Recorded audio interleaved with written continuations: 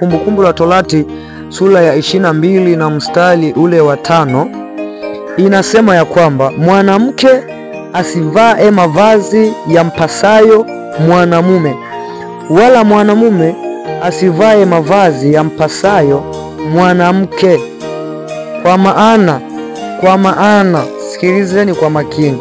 Kumbukumbu la Torati sura ya 22 na mstari wa 5 inasema mwanamke asivae mavazi yampasayo mwanaume, wala mwanamume asivae mavazi yampasayo mwanamke. Kwa maana kila afanyaye mambo hayo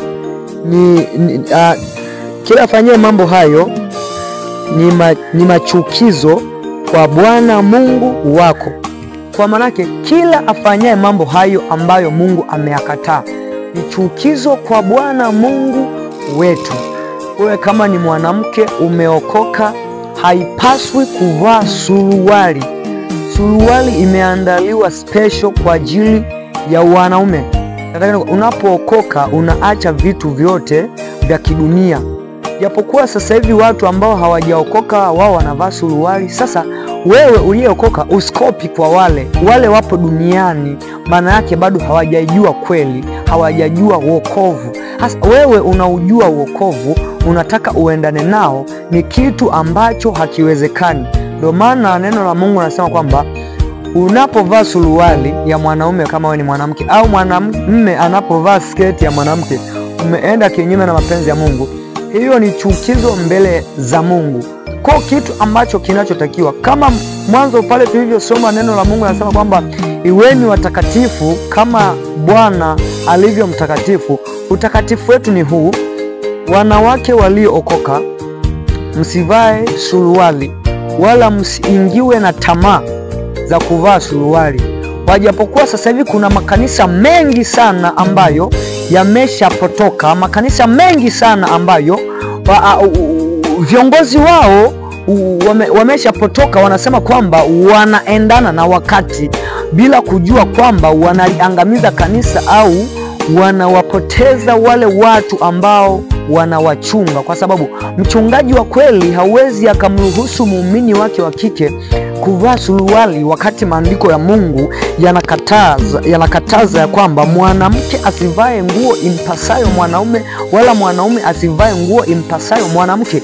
Lakini sasa hivi yapo makanisa makubwa ambayo wanawake wanavaa masuruali. Yani unamkuta mwanamke ameniga jinsi ya kiume, yupo madhabahuni anaimba praise. Ni uchafu, yani ni machukizo mbele za Mungu.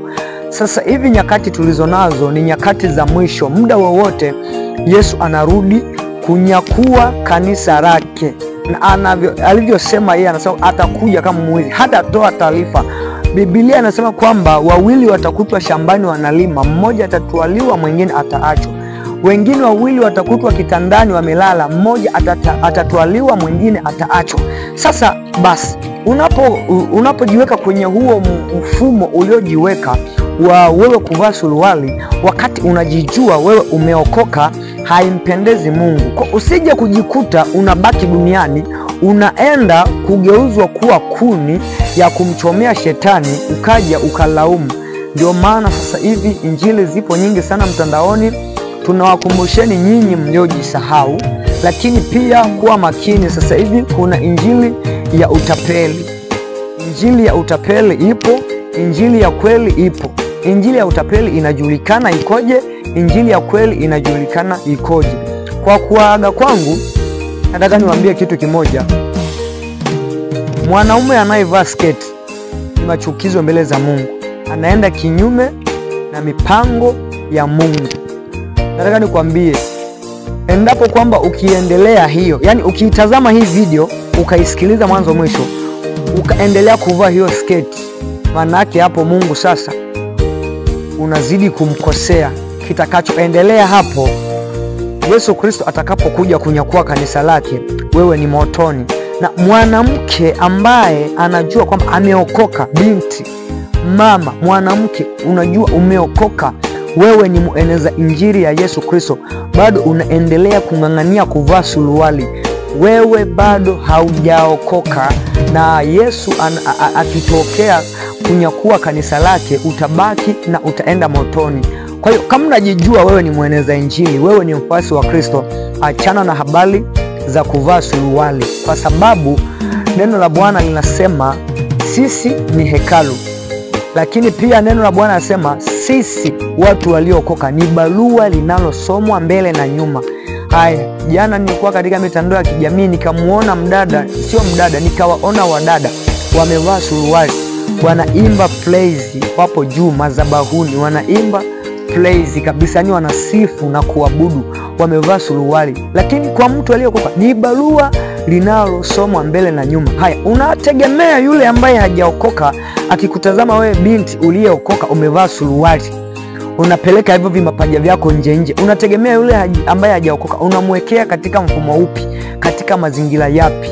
Umeokoka, vaa nguo za kujistiri za heshima, vaa gauni, sketi. Hizo ndizo ambazo zimetengenezwa special kwa ajili yenu. Japokuwa sasa hivi dunia sasa hivi inaenda kwa kasi. Hii dunia sasa hivi inaenda kwa kasi, na hii dunia inamuandaa Yesu Kristo ujio wake. Ndio maana zamani kulikuwa kunaga masuruali ya wanawake, lakini sasa hivi yapo masuruali ya wanawake. Hii yote ni mbinu za shetani za kumfanya mwanadamu azidi kumkosea Mungu kwa kile alichokitamka Mungu katika kitabu cha Kumbukumbu la Torati sura ya 22 na mstari wa 5, kwamba mwanamke asivae nguo zimpasayo mwanaume, wala mwanaume asivae nguo zimpasaye mwanamke. Kwa hii kitu kinaingizwa na shetani kwa wanawake na wanaume, mwanamke kuvaa nguo za mwanamke, mwanamke kuvaa nguo za mwanaume, ili waendelee kumkosea Mungu, ili pale Yesu Kristo atakaporudi kunyakua kanisa, shetani asichomwe moto peke yake, achomwe na hao watu ambao wamehusika na hivi vitu. Mungu awabariki sana. Mungu awabariki sana. Asanteni kwa kuitazama video hii. Asanteni kwa kunisikiliza, lakini mtafute Mungu, anapatikana. Mtafute Yesu, yupo kwa ajili yako akuokoe wewe. Amina.